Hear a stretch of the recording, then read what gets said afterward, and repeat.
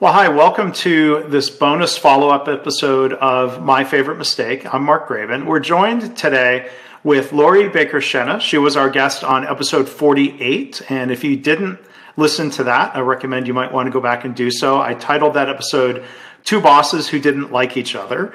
And, I think it was a great episode, but I made a mistake. There was a follow-up question I should have asked after Lori's story, and that feedback comes from my most important listener. That's my wife. So she asked, why didn't you ask? And I'm so happy to have Lori back to take a follow-up question. So Lori, thank you for coming back. How are you today?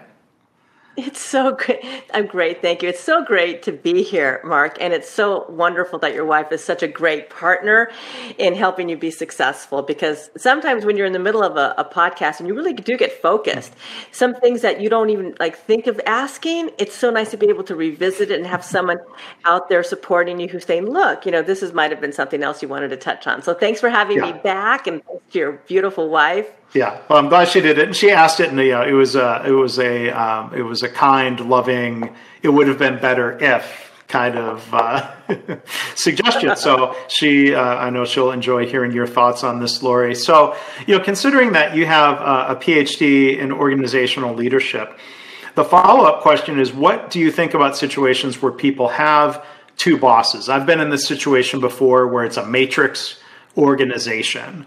I've got my direct boss, if you will, and then someone else that I'm really reporting to on a day-to-day basis.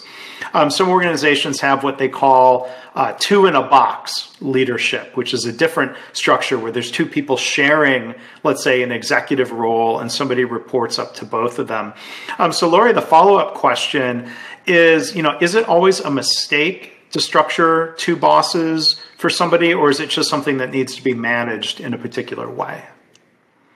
First of all, before I answer, Mark, would you mind sharing your experience? I don't know if we ever even got to that. What happened with you? I'm just kind of interested. Then I'll get to the question. Yeah. So, when I've been in a matrix organization in the past, I think of a time where, let's say I was reporting, this has happened in a couple of different organizations.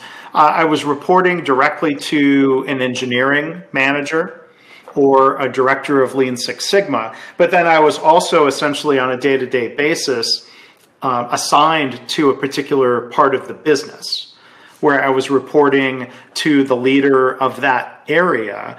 And so I'm receiving day-to-day direction mainly from what I'll call the dotted line boss, but then sometimes the direct manager or director would make job assignments, and sometimes that came into conflict in terms of time prioritization and who's giving the most input into your annual review. So there's both that day-to-day impact, and then there's the, I've got to keep them both happy, or who do I need to keep the most happy in terms of that annual review and the impact that has on compensation, promotion, and what have you. So that's a little bit of my experience. That's a beautiful example. And it just dawned on me while I was listening to you that it's like having two wives. Really, if you think about it, because you both. I haven't thought about that, but go ahead. But I think about that, Mark. But think about that for a minute, what that would look like, because it's basically you have two people who usually, if you have two assigned reports that you report to, you're managing up, they each have some kind of impact and importance on your work life, and so then you have to figure out who is the most important. And sometimes that's not an answer you can find. And the whole two wives thing, I think, is a great concept because you love them both. And there's not necessarily one you're going to be more responsive to than the other. So I think that, I'm just, thank you, Mark, for that inspiration. I know what I'm going to be speaking with, to my leadership team and everything. But at the end of the day, the first thing I would do when I went to an organization is ask them why they have that leadership structure, because there might be an incredibly good reason. Especially in large organizations where you have an employee like yourself or people who really add value to different areas of the company. And hence they have to tap into your expertise. So it's really important to think along those lines. First of all, why are you reporting to two bosses? Well, they need you, and they're putting in your expertise. Okay, that's number one. Number two, going into that situation, you have to see what the communication links are between the people you're reporting to. Are they working like in silos so that they never talk to each other, but they are asking you to do things? So you're sitting there and they're blindly assigning you stuff and they have no idea, A, what your workload is, B, what your priorities are, C, what your deadlines are. And yet and that's what happened to me. They're just throwing stuff at me and they never, ever, ever talked. Yeah. Okay, that's a problem. So, and that's a huge problem. And it's one we talked about in the podcast, because you cannot succeed in that environment, because again, it's that whole, you can't please both of them if and this is key, Mark, if they're not talking to each other. So I believe that, let's say the organization does need that matrix structure, and they both need you. To work in that, I would insist that there is some structure that says this boss is the priority boss. This is the one you need to listen to. And that boss is coordinating who comes at you. So there has to be kind of a delineation between who is really your boss and then who is that boss coming in and giving you more work. I guess I know the word is a gatekeeper. You've got to have a gatekeeper boss. And if you can have a gatekeeper boss who understands that other people need your time, but that gatekeeper is going to prioritize for you and help you structure that, then that can work. But if there's no gatekeeper, then you're incredibly vulnerable to all the ramifications of that.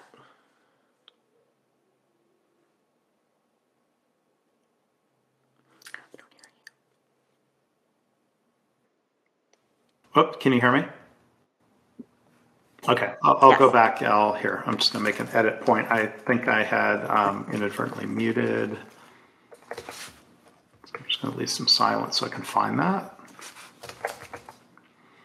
So what I hear you saying in a way is, instead of having two number ones as bosses, it's like a 1A and 1B, where that 1A is sort of the primary gatekeeper and, if you will, tiebreaker if it comes to conflicts over time and priorities.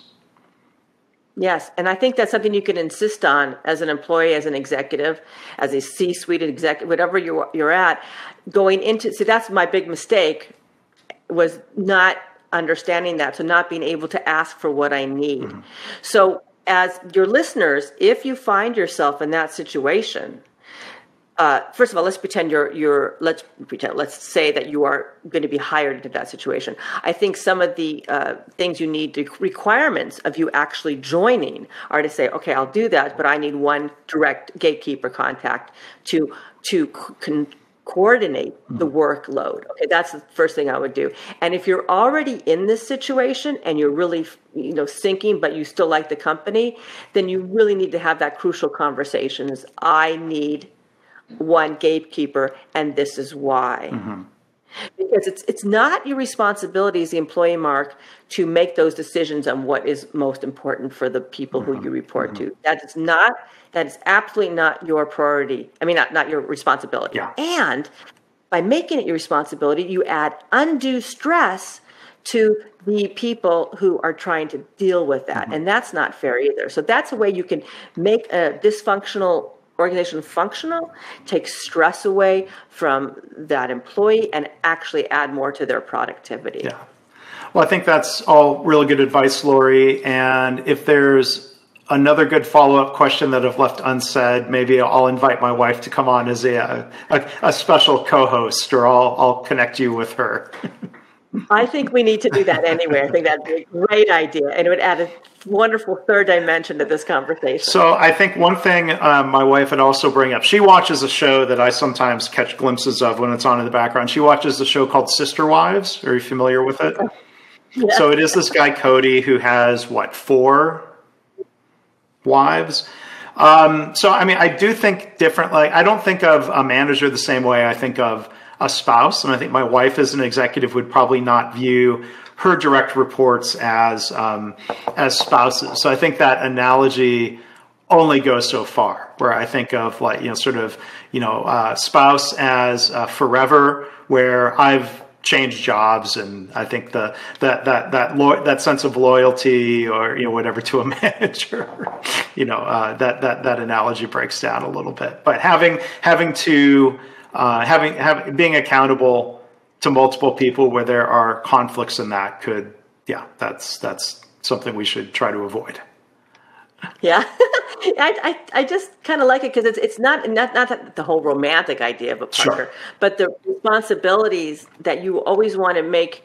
This is it, Mark. You always want to make your spouse their number one. My husband is my number one priority in my life. He is absolutely, hands down, he's my North Star. Mm-hmm. So if there's a decision to be made, his needs and his ideas figure into that. Mm-hmm. So imagine having two of those. Yeah. And that is exactly what happens in an organization where you have someone who, from a business perspective, they are your priority. They're the ones in charge of your destiny, mm-hmm. Mark. They're the ones in charge of your reviews, your assignments, how much you're being paid. And having two of them who are not communicating, or two of them who are not on the same wavelength, that is very right. Tough. And as you put it in episode 48, imagine if they don't like each other. That's even another layer of misery. Right. So thank you, Lori, for doing kind of the bonus extra conversation here. For people who did not hear the original episode, you can find it, scroll down to episode 48 in the podcast feed, or you can go to markgraven.com/mistake48. So again, Lori Baker-Schena. Lori, can you remind people your website if people want to come learn more about you and your work? Absolutely. You can find me at www.lori, Lori, Baker-Schena, SCHENA.com. And I'll make sure there is a link to that in the show notes. So Lori, good to talk to you again. Thank you for coming back and allowing me to ask that follow-up question. My pleasure, Mark. Take good care. Thanks. You too.